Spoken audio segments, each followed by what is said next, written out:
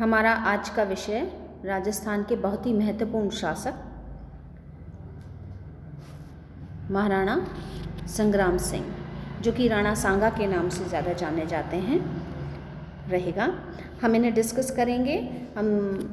जैसा कि हम सभी जानते हैं कि इनके लिए कहा जाता है कि इनके शरीर के ऊपर 80 घाव थे, एक आँख पे इन्हें चोट पहुंच चुकी थी, इनका एक हाथ और पैर घायल हो गया था। उसके बाद भी ये युद्ध एक बहुत ही कुशल योद्धा के रूप में इन्होंने अपने आप को स्थापित किया था। महाराणा सांगा का जन्म 24 मार्च 1481 को हुआ था और वे कुंभा के पोते थे, रायमल के पुत्र थे।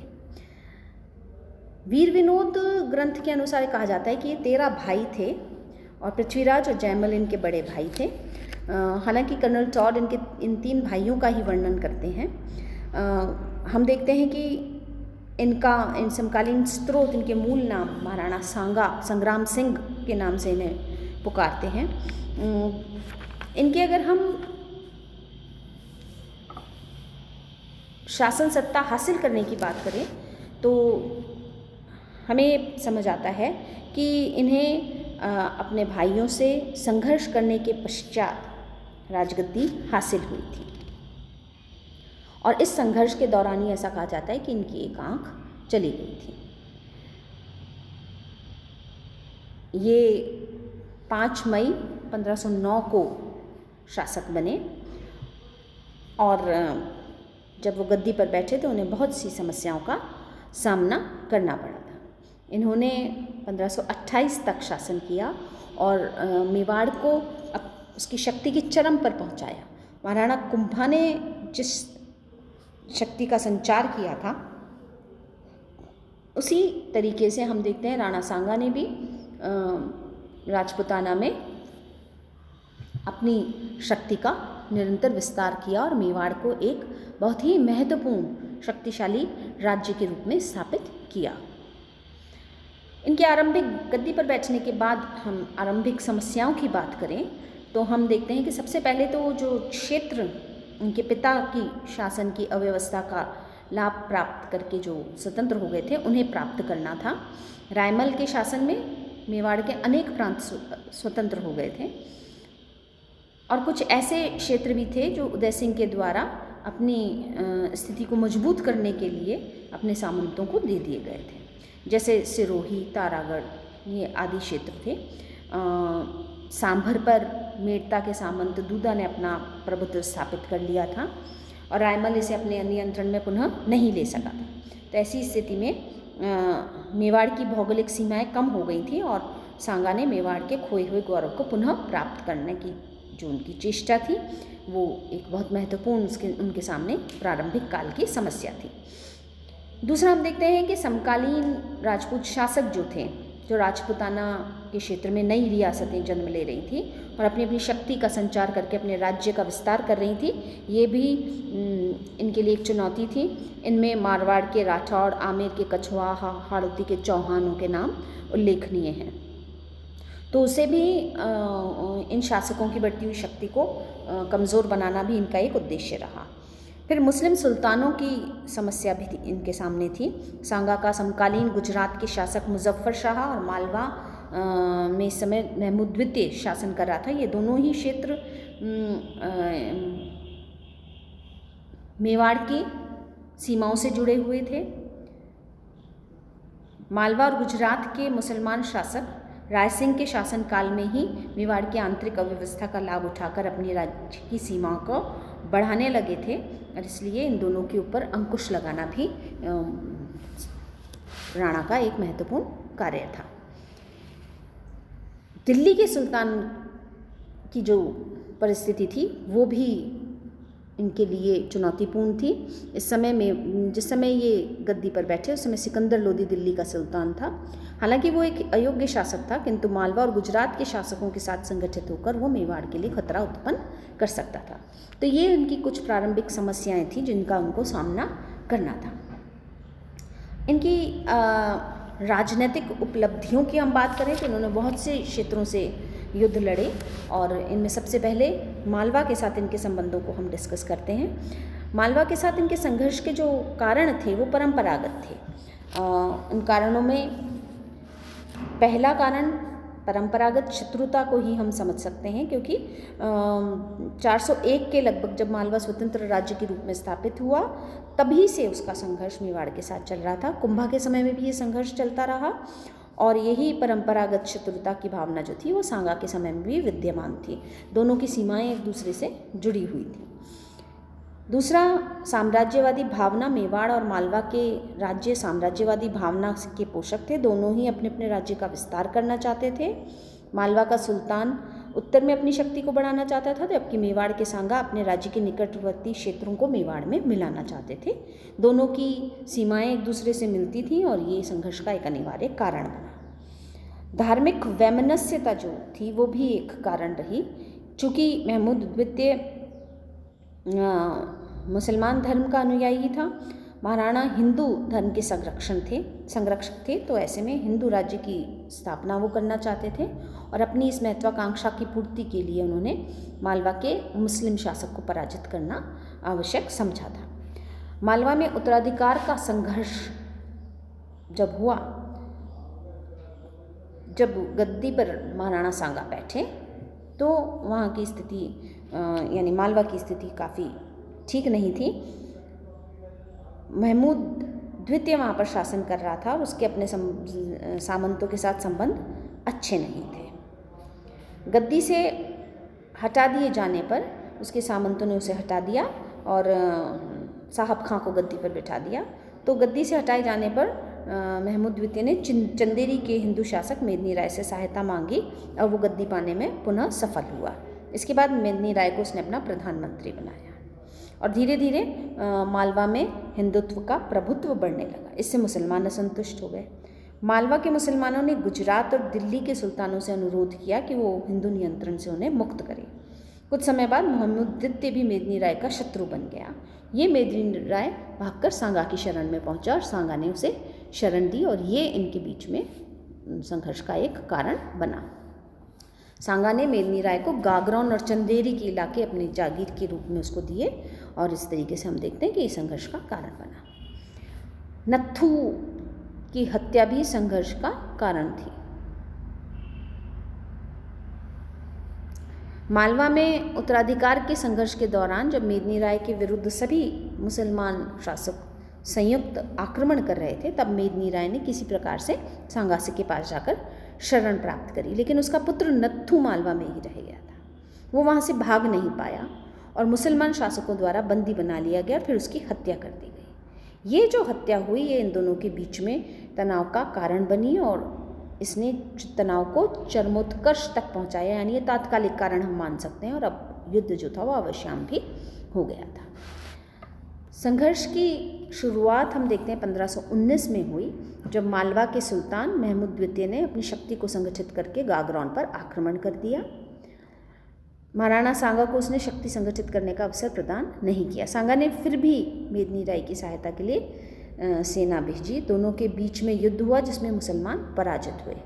महमूद का सेनापति तथा उसके सैनिक मारे गए। स्वयं सुल्तान भी घायल हुआ और उसे बंदी बनाकर चित्तौड़ लाया गया, किंतु महाराणा सांगा ने उदारता बरतते हुए उसे मांडू भेज दिया। बदले में सुल्तान ने उससे अच्छे संबंध बनाए रखने की प्रतिज्ञा ली और उसके एक पुत्र को चित्तौड़ में रख लिया।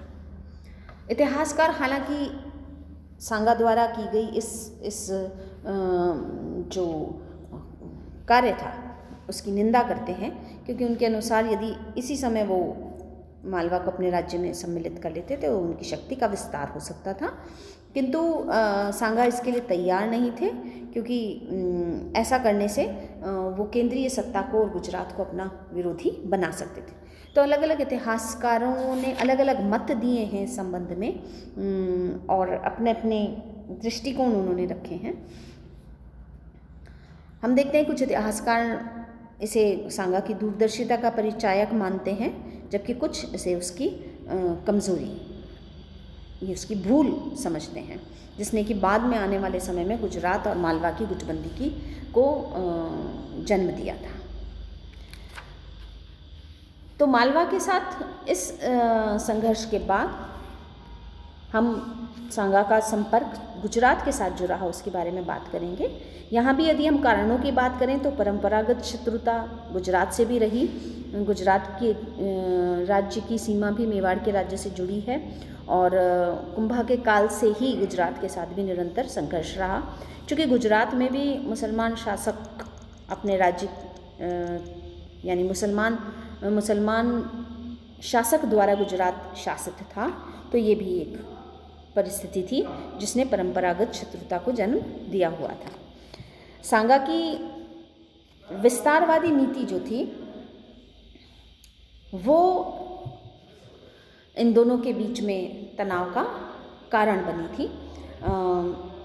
हमने अभी डिस्कस किया कि सांगा निरंतर अपने राज्य का विस्तार कर रहा था। उसने मालवा के ऊपर अपना आधिपत्य स्थापित किया था, मेवाड़ की शक्ति को निरंतर बढ़ा रहा था। तो उसके राज्य की सीमा पर गुजरात जैसा एक शक्तिशाली राज्य स्थित था, तो वो गुजरात के क्षेत्र में भी अपने राज्य की सीमा को बढ़ाना चाहता था और दक्षिण में विस्तार करना चाहता था। इसलिए इन दोनों के बीच में संघर्ष होना अवश्य भी हो गया था। नागौर का प्रश्न जो था वो भी इन दोनों के बीच में तनाव का कारण बना। तैमूर के आक्रमण के बाद सूबेदार जफर खां के नेतृत्व में गुजरात एक स्वतंत्र राज्य बन गया और जफर खां का पुत्र तातर खां जब सुल्तान बना तो उसने अपने चाचा शम्स खां को नागौर की जागीर प्रदान कर दी थी। नागौर का राज्य राजपूताना के राजपूत राज्यों के मध्य स्थित एक छोटा सा मुस्लिम राज्य था जिसे कुंभा पूर्व में जीत चुके थे। उस समय नागौर ने मेवाड़ के अधीन एक करदाता राज्य के रूप में अपने आप को स्थापित किया था। गुजरात का शासक नागौर पर अपना परंपरागत अधिकार समझता था और इसलिए वो उसे स्वतंत्र कराना चाहता था और ऐसा करने के लिए सांगा के साथ युद्ध करना आवश्यक भी हो गया था। गुजरात के सुल्तान द्वारा सांगा के शत्रुओं को सहयोग देना यह भी एक कारण था। मेदिनी राय को मालवा से बाहर निकालने में तथा उसके पुत्र नत्तू को मौत के घाट उतारने में मालवा के शासक की गुजरात ने सहायता करी थी और इसलिए राणा इससे असंतुष्ट थे। राणा सांगा द्वारा संघ का निर्माण कर लिया गया था। इन्होंने मुस्लिम राज्यों के विरुद्ध में अपनी स्थिति को मजबूत करने के लिए सिरोही, मारवाड़ और बांगड़ के शासकों के साथ मैत्रीपूर्ण संबंध स्थापित कर लिए थे और ये सभी दक्षिण पश्चिमी राजस्थान में स्थित थे। तो सांगा ने गुजरात के विरुद्ध एक हिंदू राज्यों का संघ बना लिया था और गुजरात के शासक ने सांगा के इस कार्य से को द्वेषपूर्ण मानते हुए उस सांगा को चुनौती दी। ईडर एक ऐसा स्थान था जो गुजरात और मेवाड़ के बीच स्थित था और इस राज्य का सैनिक दृष्टि से अत्यंत महत्व था। दोनों ही शासक यहाँ पर अपना अपना प्रभुत्व स्थापित करना चाहते थे। ईडर के राव सूर्यमल तथा भीम नामक दो पुत्र थे। राव की मृत्यु के बाद सूर्यमल शासक बना, परंतु उसकी भी मृत्यु शीघ्र ही हो गई और उसके बाद उसका पुत्र रायमल शासक बना। अब रायमल अल्पवयस्क था और उसका चाचा भीम ईडर पर अपना अधिकार जमा लेना चाहता था और उसने ऐसा किया। ऐसी स्थिति में रायमल सांगा की शरण में चला गया। सांगा ने अपनी पुत्री का विवाह उसके साथ किया तथा भीम की मृत्यु के बाद जब उसके पुत्र भारमल ने ईडर की गद्दी पर अधिकार किया तो सांगा ने सैनिक कार्यवाही करके रायमल को उसको खोया हुआ राज्य वापस दिलवा दिया। भारमल के समय में ईडर पर गुजरात का प्रभाव था। ऐसे में ये दोनों राज्य एक दूसरे के शत्रु बन गए और ये संघर्ष का कारण बना। युद्ध की घटनाओं की हम बात करें तो 1520 में ये युद्ध हुआ जब सांगा ने ईडर पर आक्रमण किया और उसे अपने अधिकार में ले लिया। तो हम देखते हैं कि उस समय में गुजरात के शासक द्वारा ये क्षेत्र पूर्व में, सांगा से पूर्व में ये गुजरात के आधिपत्य में था और वहाँ पर गुजरात के शासक ने मुबारक मुल्क को वहाँ का हाकिम बना दिया था। ऐसे में जब सांगा ने आक्रमण किया तो ये उसका संघर्ष मुबारक मुल्क की सेना के साथ हुआ। पराजित होकर मुबारक मुल्क अहमदनगर की ओर भागा। ईडर पर सांगा का प्रभुत्व स्थापित हो गया और उसने रायमल को वहाँ का शासक बना दिया। इस बार महाराणा सांगा शत्रु का पूर्ण रूप से नाश करना चाहते थे, इसलिए उन्होंने अपनी सेना सहित अहमदनगर की ओर प्रस्थान किया। लंबे संघर्ष के बाद उन्होंने अहमदनगर पर भी अपना अधिकार स्थापित कर लिया। उसके बाद बड़नगर, बीसल नगर, गुजरात के अन्य कुछ क्षेत्रों पर उन्होंने अपना अधिकार स्थापित किया, उन क्षेत्रों को लूटा। गुजरात के शासक के लिए यह सफलता काफ़ी अपमानजनक थी। इसलिए अपने अपमान का बदला लेने का उसने विचार किया और अपने पक्ष को मजबूत करने के लिए उसने एक संयुक्त सेना का नेतृत्व करता हुआ वो राजस्थान की ओर बढ़ा, जब उसने सोरठ के हाकिम मलिक अयाज के साथ समझौता कर लिया। उसने डूंगरपुर और बांसवाड़ा के क्षेत्र में आक्रमण किया। वो मंदसौर तक पहुंच गया। मालवा के शासक ने भी उसका साथ दिया। दूसरी हम देखते हैं दूसरी ओर सांगा ने अपनी सेना मंदसौर की ओर बढ़ा दी और मंदसौर से 20 मील दूर नंदसा ग्राम में उसने अपना सैनिक पड़ाव डाला। रायमल तथा कुछ अन्य राजपूत शासक भी उसके सहयोग के लिए आ गए। जब इतना तनाव बढ़ गया तो हम देखते हैं कि मुस्लिम सेना विचलित हो गई, उसमें आपसी तनाव उत्पन्न हो गया, अविश्वास उत्पन्न हो गया और गुजरात का शासक निराश हुआ, वो बिना युद्ध के ही लौट गया। सांगा के संबंध दिल्ली सुल्तान के शासकों से के बारे में हम बात करें तो हम देखते हैं कि सांगा भारत में एक हिंदू राष्ट्र की स्थापना करना चाहता था और दिल्ली के अफगान सुल्तान उसमें बाधा डाल रहे थे। तो मालवा और गुजरात से मुक्त होकर सांगा ने अपना सारा ध्यान दिल्ली के अफगान शासकों की ओर केंद्रित किया। तैमूर के आक्रमण के बाद दिल्ली अस्त व्यस्त हो गई थी और अयोग्य सैयद वंशी शासक और लोदी शासक उसे व्यवस्थित नहीं कर पा रहे थे। दिल्ली में इस समय सिकंदर लोदी का शासन था, वो निर्बल था और उसकी निर्बलता का लाभ उठाकर सांगा ने मेवाड़ के आसपास के क्षेत्रों को अपने अधिकार में लेना शुरू कर दिया, जो कि मुसलमानों के आधिपत्य में थे। सिकंदर लोदी भी अपने राज्य को पुनर्गठित करने का प्रयास कर रहा था, लेकिन वो सांगा से संघर्ष करने की स्थिति में नहीं था। तो इन दोनों के बीच में जब इब्राहिम लोदी गद्दी पर बैठा तो फिर एक पृष्ठभूमि से युद्ध की तैयार हो चुकी थी। कारणों की यदि हम चर्चा करें तो हम देखते हैं कि दिल्ली सल्तनत के प्रदेशों पर राणा ने जो अपना अधिकार स्थापित कर लिया था, अपने राज्य का विस्तार किया था, वो एक प्रमुख कारण रहा इन दोनों सत्ता के बीच में संघर्ष का। फिर महाराणा सांगा और इब्राहिम लोदी दोनों की ही नीतियाँ विस्तारवादी थी। इब्राहिम लोदी जब गद्दी पर बैठा तो वो अपने राज्य का विस्तार करना चाहता था और वो राजपूताना के राज्य पर पुनः अपना अधिकार स्थापित करना चाहता था, जबकि राणा अपनी शक्ति का निरंतर विस्तार कर रहा था। मालवा पर जब राणा सांगा ने अपना अधिकार स्थापित किया तो वहाँ का शासक इब्राहिम लोदी की शरण में गया। चूँकि ये दोनों ही मुस्लिम शासित प्रांत थे, इसलिए इब्राहिम लोदी उसे मदद करना चाहता था। धार्मिक विद्वेष, दोनों शक्तियों के धर्म अलग अलग होना और एक दूसरे का विरोध करना ही भी एक कारण रहा। दोनों शक्तियों की जो संघर्ष हुआ वो खातोली के युद्ध के रूप में जाना गया।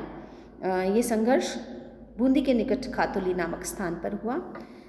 सांगा की शक्ति से भयभीत होकर इब्राहिम के सैनिक अपने सैनिकों सहित भाग खड़ा हुआ और राणा सांगा ने उसके पुत्र को बंदी बनाया, परंतु बाद में दंडित करके छोड़ दिया। तो हम देखते हैं कि इब्राहिम लोदी राणा सांगा की शक्ति का सामना नहीं कर सका और इसने राणा सांगा की शक्ति को बढ़ाया। फिर अपनी पराजय का बदला लेने के लिए इब्राहिम लोदी ने पुनः राणा के विरुद्ध एक अभियान भेजा। धौलपुर के निकट एक युद्ध हुआ और इस युद्ध में इब्राहिम लोदी की पराजय हुई। वो पुनः सांगा से हारा और सांगा इस युद्ध में विजयी हुआ और उसने अपनी शक्ति का एक बार वापस से परिचय दिया। सबसे महत्वपूर्ण युद्ध इस काल का खानवा का युद्ध माना जाता है, जो कि बाबर और महाराणा सांगा के बीच में हुआ था।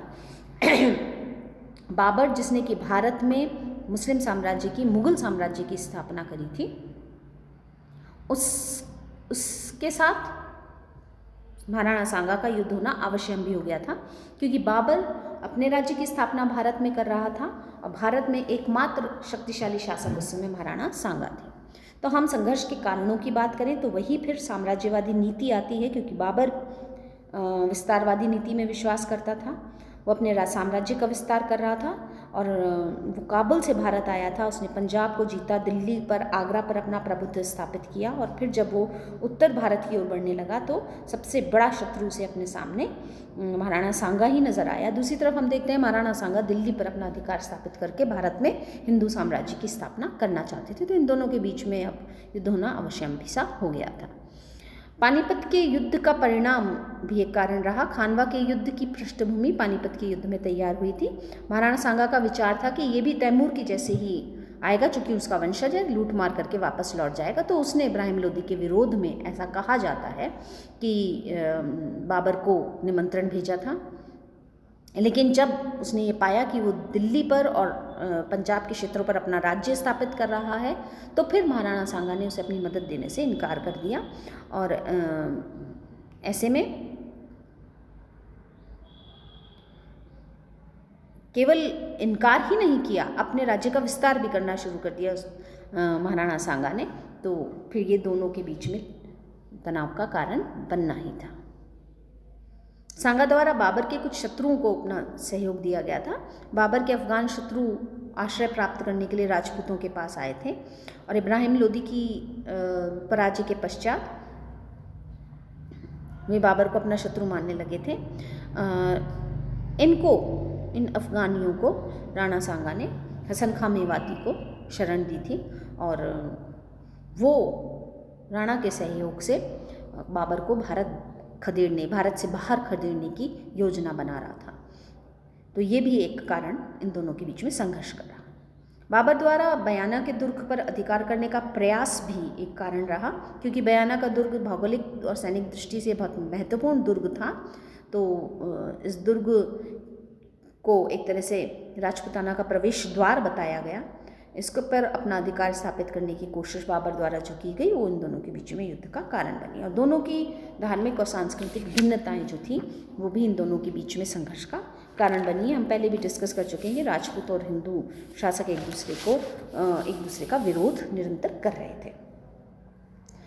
फिर जैसा पूर्व में अभी हमने डिस्कस किया कि सांगा ने बाबर के साथ एक प्रकार की संधि करी थी लोदी के खिलाफ, इब्राहिम लोदी के खिलाफ, लेकिन उसका वादा पूरा नहीं किया और ये भी एक कारण बाबरनामा में स्वयं बाबर ने दिया है कि उसने विश्वासघात किया और इसीलिए वो उसके साथ युद्ध करके उसको पराजित करना चाहता है। फिर सांगा द्वारा दिल्ली सल्तनत के कुछ प्रदेशों पर अपना आधिपत्य स्थापित करना, केंद्रीय सत्ता की कमजोरी का लाभ उठाकर उन पर अपना अधिकार स्थापित करना भी एक कारण रहा और इस कारण से बाबर ने सांगा के साथ युद्ध किया। युद्ध की प्रारंभिक स्थिति की जब हम बात करें तो हम देखते हैं कि बाबर द्वारा ये पहल की गई थी। उसने राजस्थान के दक्षिण पश्चिमी सीमा पर धौलपुर, कालपी और बयाना पर अपना अधिकार कर लिया और ये क्षेत्र महाराणा सांगा के अधिकार में थे। फिर हम देखते हैं कि सांगा ने बयाना पर पुनः अधिकार स्थापित किया और बाबर और सांगा के मध्य संघर्ष की शुरुआत हुई। बयाना के संघर्ष में सांगा का पक्ष भारी रहा। उसकी सेना ने बाबर की सेना को आत्मसमर्पण करने के लिए मजबूर कर दिया और जिस समय बयाना में संघर्ष चल रहा था उस समय बाबर सैनिक तैयारियों में लगा हुआ था। उसकी सेना जो थी वो उसका मनोबल बिल्कुल कमज़ोर हो गया। तो बाबर ने वापस से अपनी सेना का मनोबल बढ़ाया, उनको एक तरह से भाषण दिया और उन्हें आगे बढ़ने के लिए प्रेरित किया। फतेहपुर सीकरी से 10 मील दूर खानवा के मैदान में बाबर आ डटा अपनी सेना के साथ। सांगा पहले तो सारी तैयारी देखता रहा और वो सीधे खानवा ना पहुंचकर भुसावर के मार्ग से खानवा पहुंचा। बाबर को काबुल से मिलने वाली सैनिक सहायता को वो रोकना चाहता था, ऐसा उसने किया। तो 1 महीने तक भुसावर में ही रुका और ये उसकी सबसे बड़ी भूल थी, क्योंकि इस दौरान बाबर ने अपनी शक्ति का संचार कर लिया। अगर पहले ही अवसर पर दोनों युद्ध कर लेते तो शायद बाबर अपनी शक्ति का विस्तार नहीं कर पाता। 16 मार्च 1527 को दोनों सेनाएं खानवा के मैदान में आ डटी। यद्यपि सांगा के सैनिक बाबर के सैनिकों को से कहीं अधिक थे, फिर भी युद्ध में बाबर की विजय हुई। 17 मार्च को युद्ध आरंभ हुआ। प्रारंभ में बाबर की सेना लड़खड़ाने लगी, लेकिन इसी बीच सांगा की एक आंख में तीर लगा, वह बेहोश हो गया और उसे बेहोशी की स्थिति में युद्ध क्षेत्र से हटा लिया गया। राणा के बाद झाला अप्पा रतन सिंह ने सेना का नेतृत्व संभाला परंतु निराश राजपूत सैनिक अधिक समय तक बाबर की तोपों का सामना नहीं कर सके और पराजित हुए।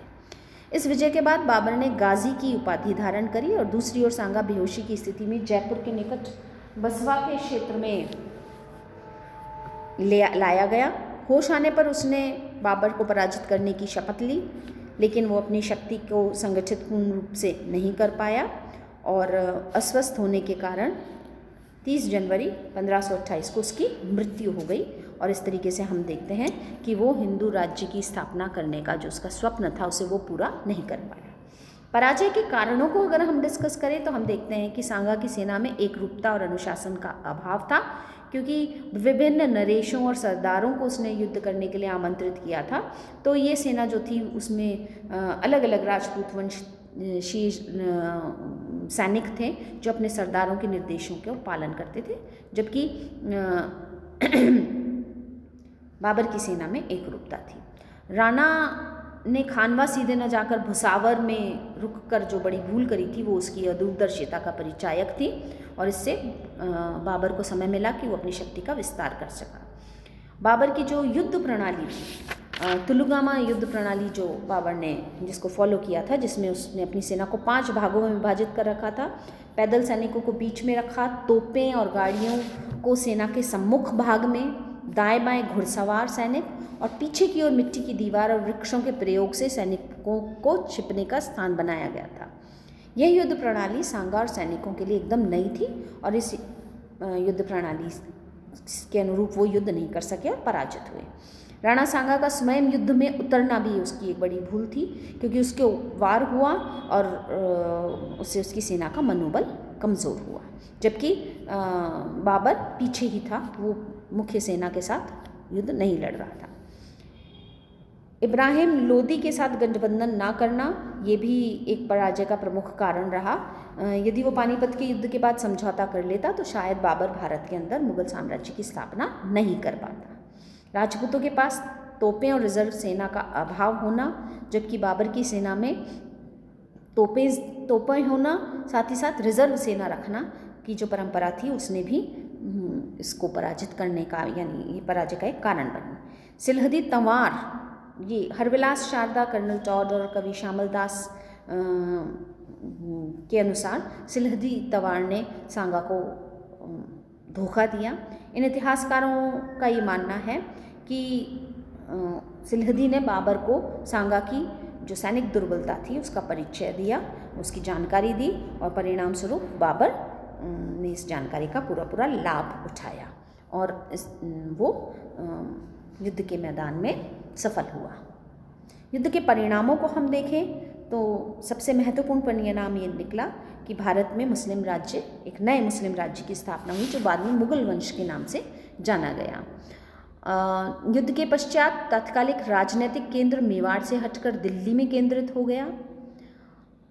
इस युद्ध ने मुगल साम्राज्यवाद का मार्ग प्रशस्त किया और इसके फलस्वरूप 2 शताब्दियों तक भारत पर मुगल शासन करते रहे। युद्ध में सांगा की पराजय के पश्चात अफगान शक्ति का दमन हो गया और बाबर का ध्यान काबुल से हटकर भारत की राजनीति में ही केंद्रित हो गया। खानवा युद्ध के पश्चात राजपूत शासकों की कमजोरियां स्पष्ट हो गई और मुगल साम्राज्य के उदय के साथ साथ राजस्थान की स्वतंत्र एवं राजनीतिक शक्ति जो थी वो भी छिन्न भिन्न हो गई। तो हम देखते हैं कि खानवा का युद्ध जो था वो एक बहुत ही महत्वपूर्ण युद्ध था जिसने राजपूताना और भारत का भविष्य जो था या इतिहास जो था उसमें एक बहुत ही महत्वपूर्ण परिवर्तन किया और भारत में एक लंबे समय तक नए वंश की स्थापना हो गई।